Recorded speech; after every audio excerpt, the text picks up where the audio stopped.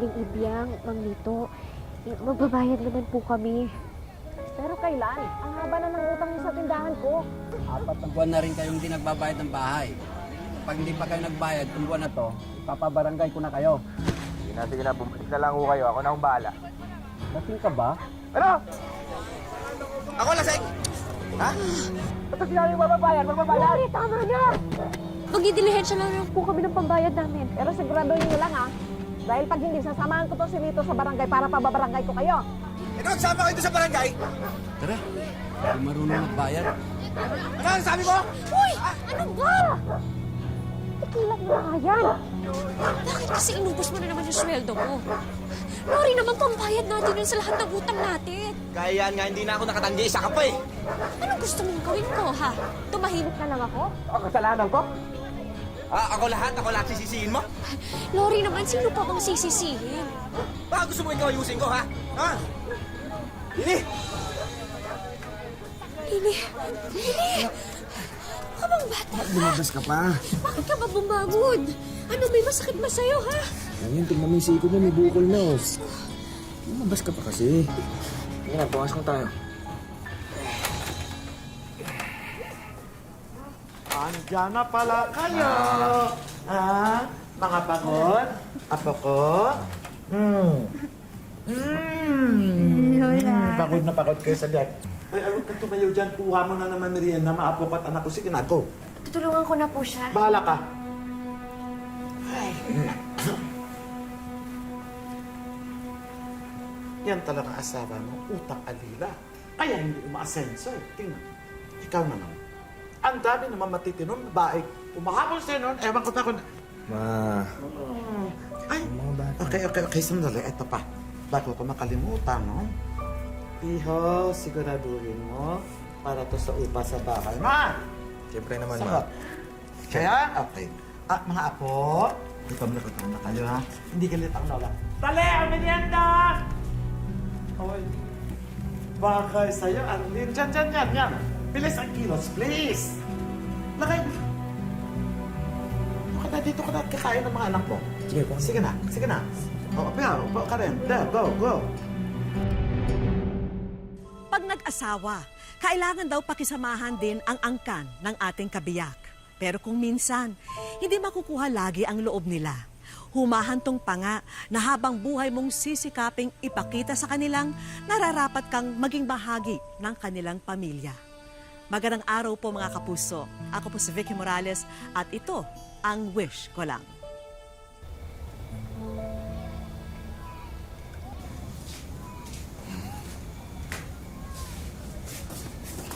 Lori, bakit ngayon ka lang? Kanina... Lasing ka na naman ba? Lori, parang awa mo na. Huwag mo sabihin sa akin na naubos mo na naman yung sweldo mo sa pag-iinom mo. No, sakto. Lori, malalayasin na tayo dito kapag hindi pa tayo nagbayad. Oo. Ang maganda. Hiram tayo kay mama, ha? Kailangan. Lori, hindi naman pwedeng palaging ganun eh. Ano, habang buhay na lang ba tayo maasa sa mama mo? Lori naman. Ano bang nangyayari sa'yo? Dati naman hindi ka ganyan na. Dati naman hindi tayo ganito Saan ba yung lalaking pinakasalan ko? Lori.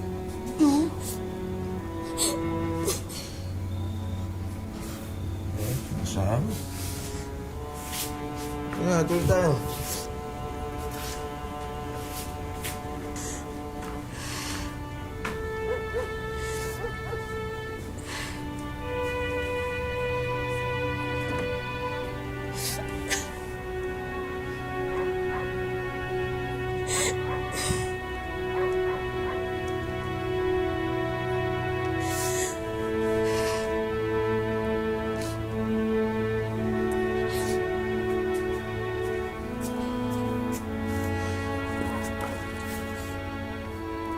Hindi na natiis pa ni Arlene ang ugali ng asawa, kaya nagpasya siyang umalis at iuwi ang mga anak sa Bohol.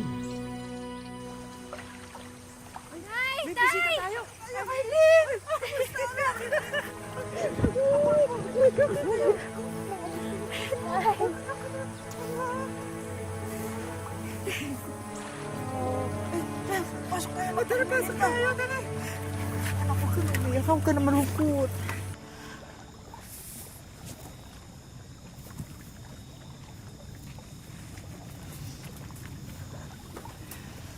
Anak, kumain ka na ba?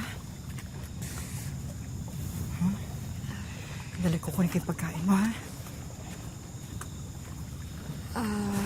Nay, kamusta po yung mga bata? Mabuti naman, Mac. Pero baka bago ko makalimutan, yung gamot ni Lily, paubos na.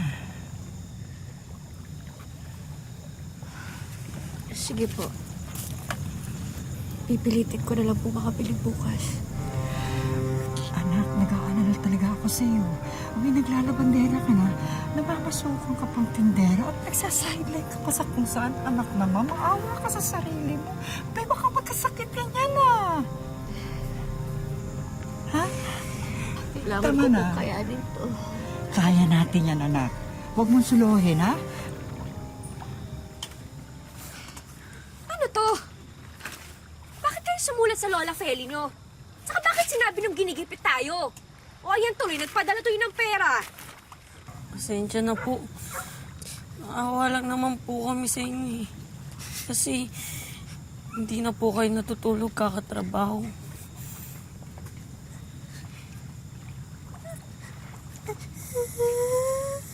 Diba? Sabi ko naman sa inyo, gagawin ko ang lahat para mabigyan kayo ng magandang buhay. Ayan tuloy.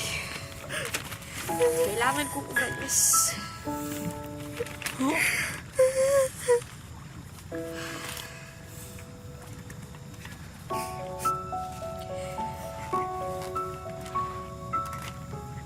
Malaki ang binigay na pera ng Lola Feli niyo.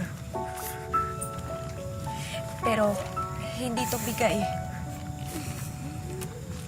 Sweldo to dahil kinukuha niya ako maging kasambahay niya.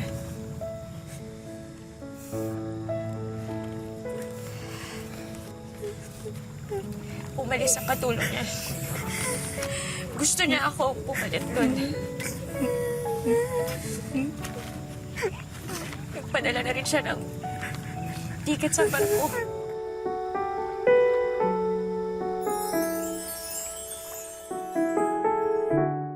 Wish ko lang.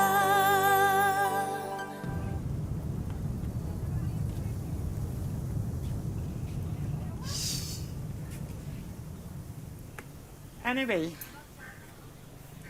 alam mo na ang servant's quarter kung saan, di ba? Doon ka matutulog. Sa kusina ka rin kakain. Pero, bigyan kita ng day off once a month. Wala naman po akong balak lumabas. Bibigyan pa kita ng libreng tawag para makumusta mo ang mga apo ko. Ayun, ha? One day off at libreng tawag. Talaga po? Naku, maraming salamat, Ma. Maraming salamat anak, po. Huwag mo ako matawag-tawag na ma dito. Huwag! Katulong kita, hindi na kita magkamag-anak, ha? Naintindihan mo?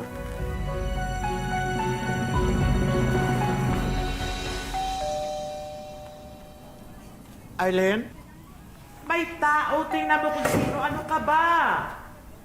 Lakad na! Kanina pa yan eh.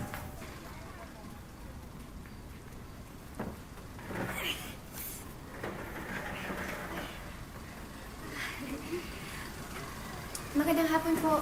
Sino po sila? Mga bisita ko sila.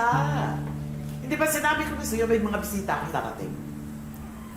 Naku, wala po kayo nabanggit sa akin. Ako pa ngayon na nakalimot, ganun. Tama nga, halika na. Ayusin mo mesa, baka naman kami merienda. Kilos. Dali.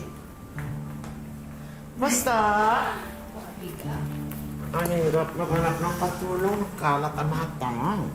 Ang dali mo nakakahanap ng mili. She looks familiar. Oh my God! Di ba siya yung daughter-in-law mo? Correction. Former daughter-in-law. Talaga? Kailan pa? Ako, please, let's not go into details. Ang importante, natutulungan ko ang mga apo ko. Ang bait niya. Good lola. Very good. Hello, Arlene! Ipakanda mo kami ng merienda. Bilisan mo naman, parang awa mo na, no? Pagkupad! Anak, dahan-dahan na. Wait. Dahan-dahan na.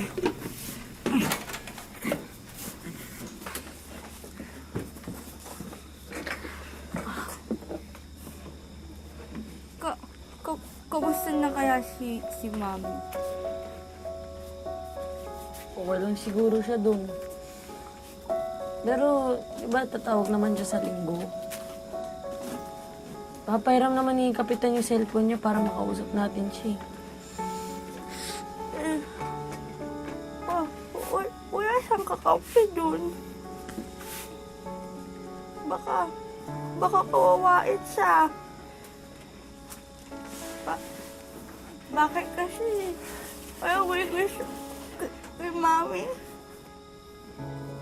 Wala naman siya sakit. Paano ako? Makakawain nila ako. Lola! Lola! Lola! Lola! Sa'yo! Lola! Lola! Lola! Lola!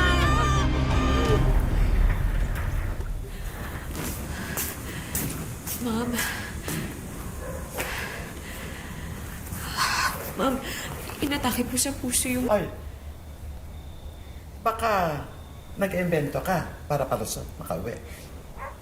Sanay na ako sa mga katulong ko. Gumagawa ka ng kwento para makalayas.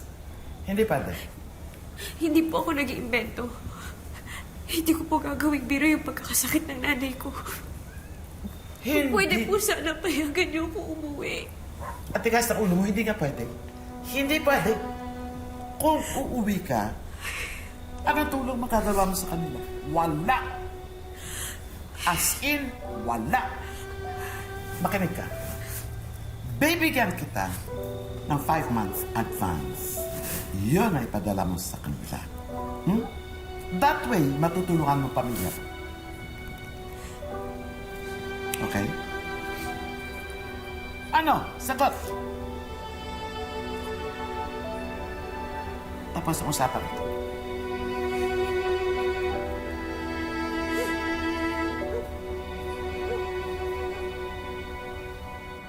Arlene! Bakit po?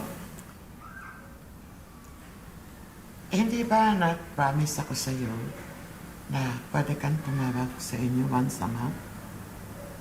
Tama? May number ka na ba? Eto na. Sige na.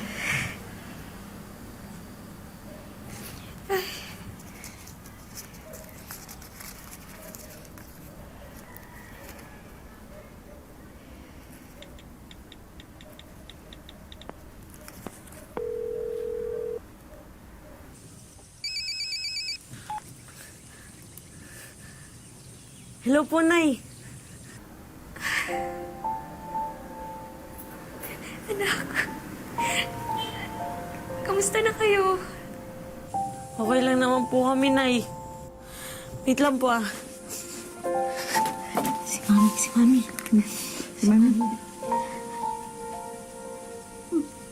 Mami? Mami? Wish ko na po kayo. Miss ko na din kayo. Kamusta po kami dyan? Inaaway po ba nila kayo? Naku. Hindi, anak. Ang bait-bait ng Lola Feli niyo. Nay, sigurado po ba kayo dyan? Baka naman po. Totoy, naku, huwag kang magsasalita ng ganyan. Tandaan mo, kung wala siya, wala ang daddy niyo. At kung wala ang daddy niyo, wala kayo. Utang ko sa kanya kung bakit may mga anghel ako sa buhay ko na gagaya niyo. Kaya dapat mahalin yung Lola Feli niyo, ha? Pasensya na po.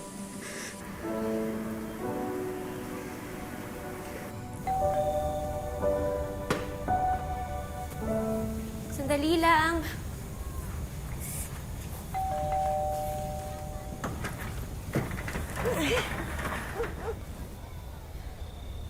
Pinapunta kasi ako ni Mama eh.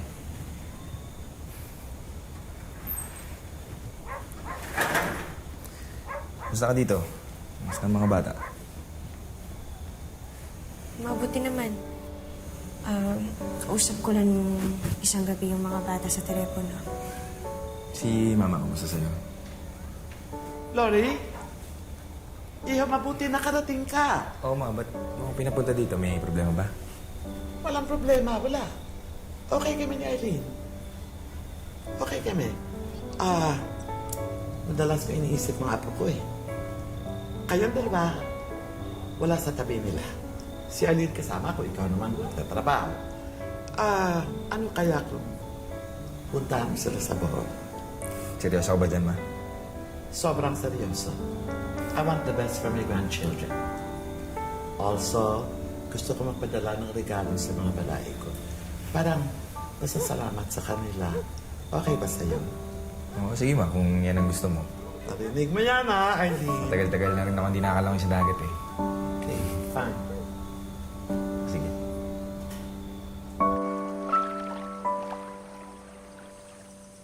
Oh, anak. Kumusta? Namiss kita. Dad! Namiss ko kayo, ha? O, kumusta? Nangingisda ka na pala. Ito, regalo ko, ha? Ganda hapon po, Nay, Tay. Pagpalain ka, Lori. Mabuti naman tinalaw mo mga bata. Oo naman po, namiss ko yung mga bata. Kumusta naman po sila dito? Ay, okay na okay. True pala, Nay. Regalo galing kay Mama. Ay, salamat anak, ha? Nay, nakapangako po pala ako kay Eileen na tatawagan ko siya pagdating ko dito. Kaya tawagan ko po muna siya. Sige, anak.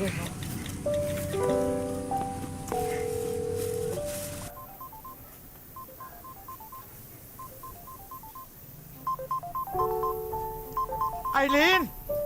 Eileen, dali ka! Dali, sagutin mo! Dali na! Oo. Hello? Hello, Eileen. Nandito na ako. May mga makukulit na batang gustong kumumusta sa'yo. Teka. Anak, si Mami. Mami? Lily? Anak? Kamusta kayo? Masaya, Mami. Nandito na si Daddy. Kayo po. Ako din. Masaya ako, anak.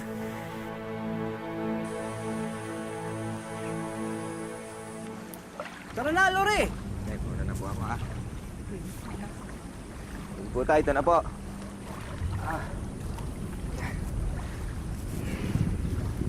Anak, mahingisda lang kami ni Lolo sandali, ha? Huwag yung makulit dito. Ano po kaya kayo malis? Maglaro na lang po tayo. Anak, sandali lang naman kami ng lolo nyo. Saka nakapromise ako kay Lola Feli na uuwihan ko siya ng isda, eh. Kaya dito muna kayo, ha? Sige po. Basta mag-ingat po kayo, ah. Oo naman. Basta, Dad. Uy ka kagad, ah. Oo naman, anak. Promise? Oo, promise. Lori, huwag na nga kaya kayong pumalaot, anak. Kasi sabi sa radyo, may nabubuong bagyo. Baka abutan kayo ni tatay, anak. Nay, sandali lang naman po kami ni tatay, eh. Tsaka, yakang-yakan natin yan, di ba, tay? Approve! Sandali lang kami! Mag-iingat kayo, ha? Opo, Nay.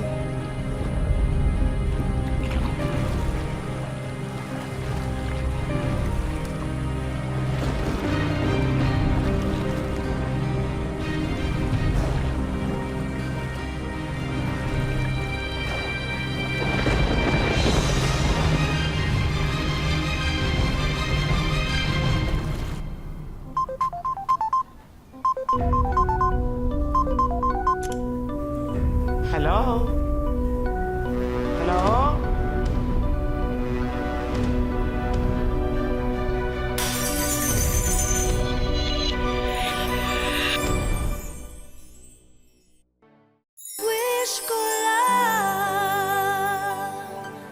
Hello? Ano po nangyari?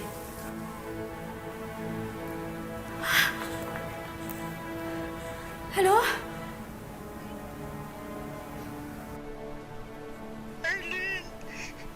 Ang tatay mo at si Norin! Nawawala sila sa dagat, anak!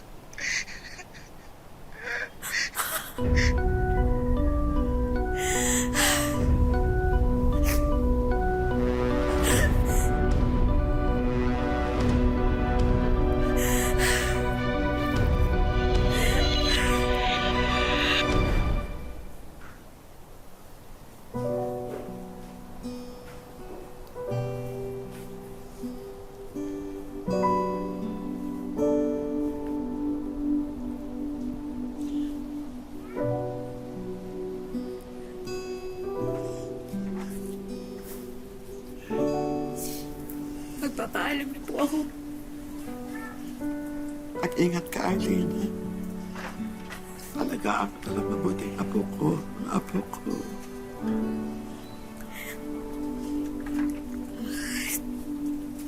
Sigurado po ba kayo na kaya niyo na po? Kaya ko. May nakuha nga akong kasama. Ang importante ngayon, ang nanay mo. Nag-iisa siya. Wala ng tatay mo, di ba? Kaya. Ipagdadasal ko po na sana makita na yung katawan ni Lori. Eileen, bago ka umalis, gusto ko humingi ng tawad sa'yo. Gusto ko humingi ng patawad sa mga ginawa ko noon. Mali ako. Isa ka mabuting tao. Mabuting ina. Higit sa lahat, mabuting asawa. Mapapatawad mo ba si Mama? Mapapatawad mo ako.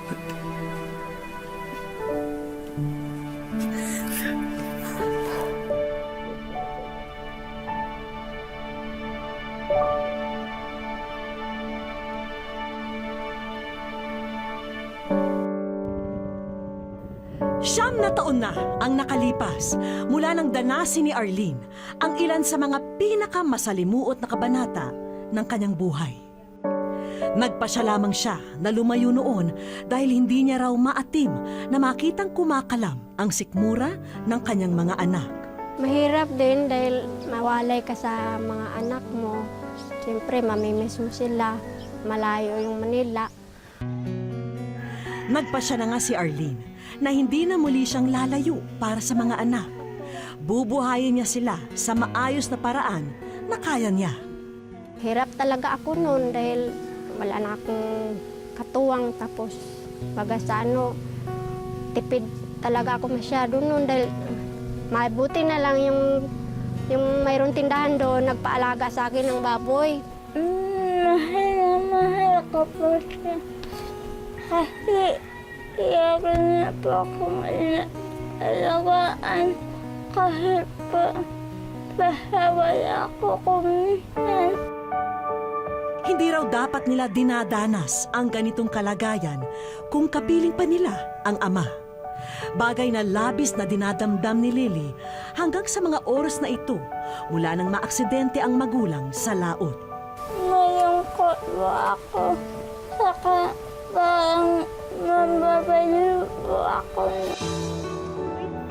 Sa ngayon, tanging sa mga panalangin nakakapit si Lily. Umaasa rin siya ng tugon mula sa liham na pinadala niya sa programang alam niyang makakatulong sa kanilang mag-iina. Wala po ako na nababahan niya po yung ulat nila. Dahil alam ko po na mababain ng tao. At wala po ang hulog ng Diyos para sa amin.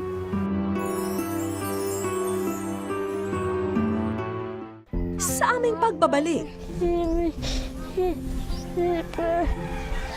Anak ko. Kaya. Wish ko lang.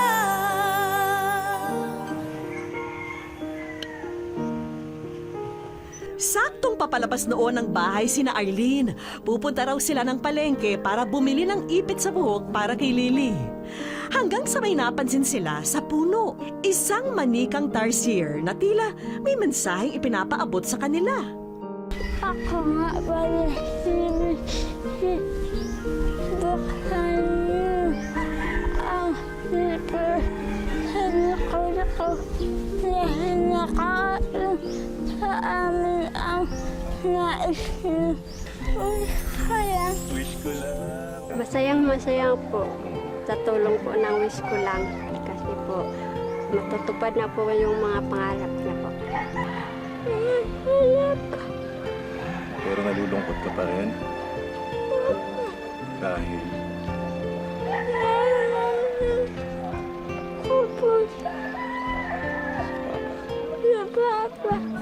Mabuti pa itawagan na natin ang ating mga kaibigan na may mga inihandang sorpresa para sa inyo.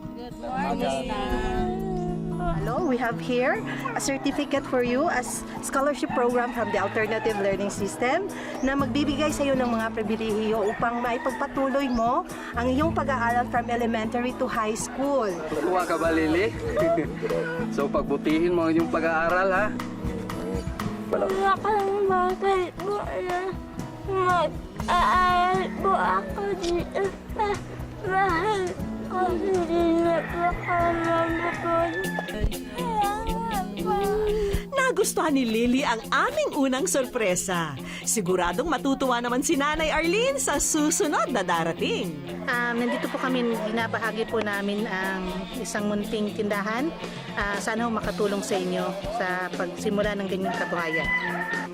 Ayan na rin, at nagsimula ng magbayanihan ang buong barangay para naman agad na ma-assemble ang bagong pagkakakitaan ng buong mag-anak. Masayang-masaya po sa tulong niyo po. Saka yung ano po, sa wish ko lang. At may pahabol pa raw si Wishy. Dahil nakasilid sa kanya ang financial assistance na magsisilbing ayuda para sa bagong buhay nilang mag-iina. Maraming salamat po sa inyong lahat. Lalo-lalo na sa wish ko lang at saka mga sponsor na pinamigay sa amin. Thank you sa lahat-lahat po. Kagaya ni Arlene, kailangan nating matutong magpatawad sa ating kapwa at maniwalang darating ang araw na mangingibabaw ang pagmamahal at pangunawa sa kanilang mga puso. Hanggang sa susunod na Sabado mga kapuso, ako po si Vicky Morales at ito ang Wish Ko Lang.